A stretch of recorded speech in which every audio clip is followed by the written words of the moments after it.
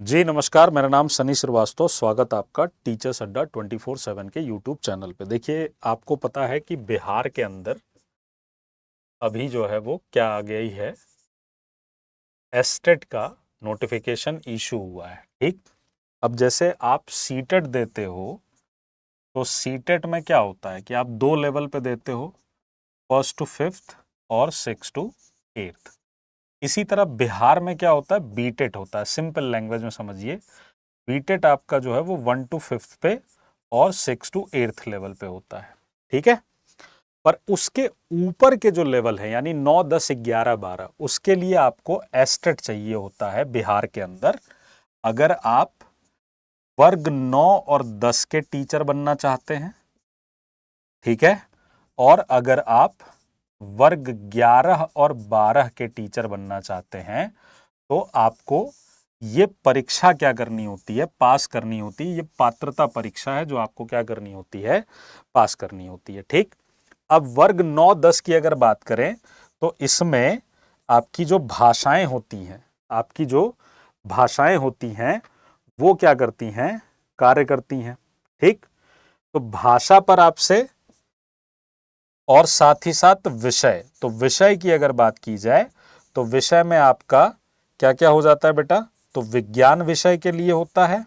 9, 10 में आप विज्ञान पढ़ते हो ना, तो विज्ञान विषय और सामाजिक विज्ञान, विज्ञान विषय और सामाजिक विज्ञान।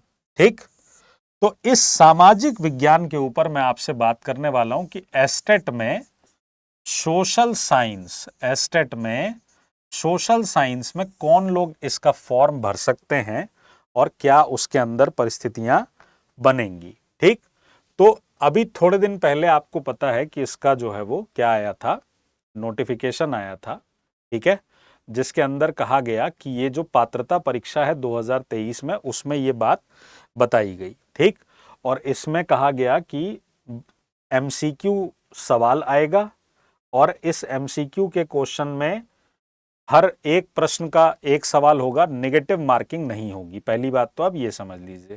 ठीक है, दूसरी बात ये समझ लीजिए कि इसका जो उत्तीर्णांक रखा गया है वो सामान्य वर्ग के लिए 50% रखा गया है। तो जितने नंबर का पेपर होगा उसका 50% आप पालोगे तो आप मान लिया जाएगा कि आप पात्रता परीक्षा के लिए क्या हो गए हो, आपने पात्रता परीक्षा उत्तीर्ण कर ली है, मतलब आपने एलिजिबिलिटी क्राइटेरिया पा लिया है 50% पे। उसके अलावा उसके नीचे उससे कम ही परसेंटेज चाहिए। ठीक है, अब यहां पर अगर आप देखेंगे तो यहां पर लिखा हुआ है कि माध्यमिक में कौन कौन से विषय हैं। तो माध्यमिक में आपके कौन कौन से विषय आ गए, मतलब आपके वर्ग 9 और 10 के लिए, और उसके बाद फिर आपको बताया गया है वर्ग 11, 12 के लिए बताया गया है, जहां पर ये यहां पर इतने सारे सब्जेक्ट दिए गए, इतिहास, भूगोल, राजनीति शास्त्र, ये उच्च माध्यमिक के लिए है। तो इसमें अगर आप देखोगे सामाजिक विज्ञान, तो ये चीज इसके अंदर बताई गई है। अब सिंपल क्या है कि जो भी आप जहां भी भरना चाह रहे हो फॉर्म, जहां भी आप फॉर्म भरना चाह रहे हो, यहां पर जैसे सामाजिक विज्ञान की अगर बात की जाए तो सामाजिक विज्ञान में लिखा है विनिर्दिष्ट विषय समूह में कम से कम 50% अंक सहित किसी मान्यता प्राप्त विश्वविद्यालय से स्नातक या पीजी होना चाहिए उत्तीर्ण, और उसके अलावा राष्ट्रीय शिक्षा परिषद से मान्यता प्राप्त संस्थान से शिक्षा में स्नातक होना चाहिए, बीएड होना चाहिए। तो ग्रेजुएशन किया हो और बीएड किया हो, आप ये भर सकते हैं फॉर्म। ठीक, या फिर आपने पीजी कर रखा हो और बीएड कर रखा हो तो भी आप फॉर्म जो है वो इसका भर सकते हो। ठीक है, स्नातक उत्तर में भी अगर आपके इसके समकक्ष जो है वो पाई गई है। दूसरी बात, आपके पास अगर बीएड या बीएससी एड या फिर बीएल आपका जो है 4 वर्षीय अगर आपने कर रखा है इंटीग्रेटेड वाला, तो भी आप इससे भर सकते हैं। उसमें 45% भी चल जाएगा। ठीक, उसमें 45% भी क्या हो जाएगा, आपका चल जाएगा। ठीक है,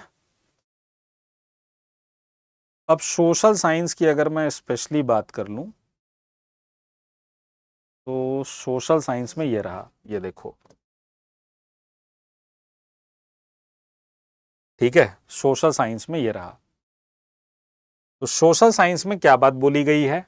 बोला गया है कि स्नातक स्तर पर सहायक विषय या प्रतिष्ठित विषय के अंतर्गत इतिहास, भूगोल, अर्थशास्त्र और राजनीति शास्त्र, ठीक, 4 सब्जेक्ट बताए गए हैं।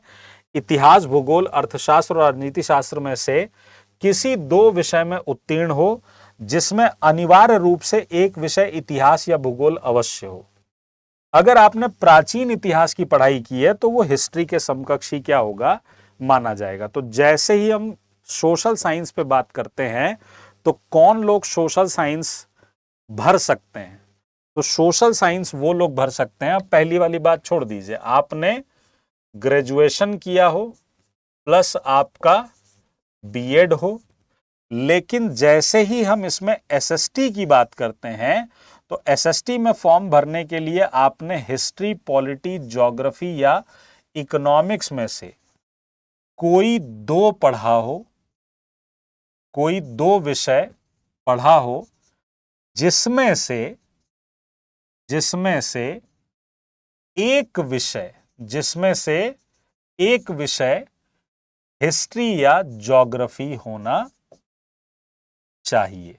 ठीक, अब ये वो एलिजिबिलिटी है जहां पर बहुत सारे लोग जो है वो वैसे ही क्या हो जाएंगे, गड़बड़ हो जाएगी उनके साथ। जैसे आप अगर हिस्ट्री पढ़े हो तो बाकी दूसरे सब्जेक्ट में आपके पास ये वाला ऑप्शन है कि आप ज्योग्राफी, पॉलिटी या इकोनॉमिक्स पढ़े हो।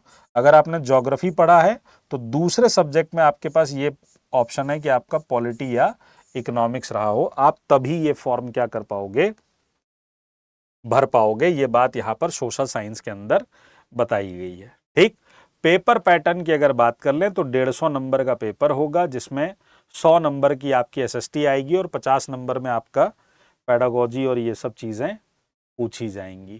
ठीक, 1 मिनट रुक जाओ जरा, हाँ ठीक है।